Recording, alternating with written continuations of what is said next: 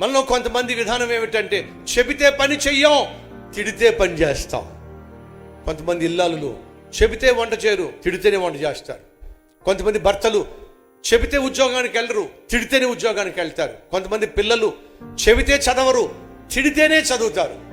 వినో, మన సేవలో కూడా నేను చెప్తా ఖచ్చితంగా, చెబితే సేవ చేసేవాడే పనికొచ్చేవాడు, తిడితే సేవ చేసేవాడు పనికి మాలినవాడు. అర్థమైందా? ఉద్యోగం చేసే చోట మీ పై యజమాని చెప్పాడు అనుకోండి, చెప్పిన వెంటనే పని చేయండి. తిడితే కాదు పని చేయాల్సింది.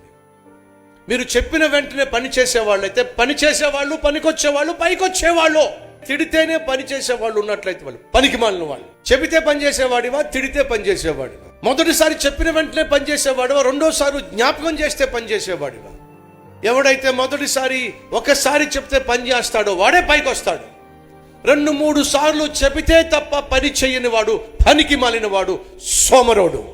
జ్ఞానం కలిగి పని చేయండి. అదే మీ జీవితంలో మిమ్మల్ని ఉన్నతమైన స్థితికి, స్థాయికి తీసుకెళ్తుంది.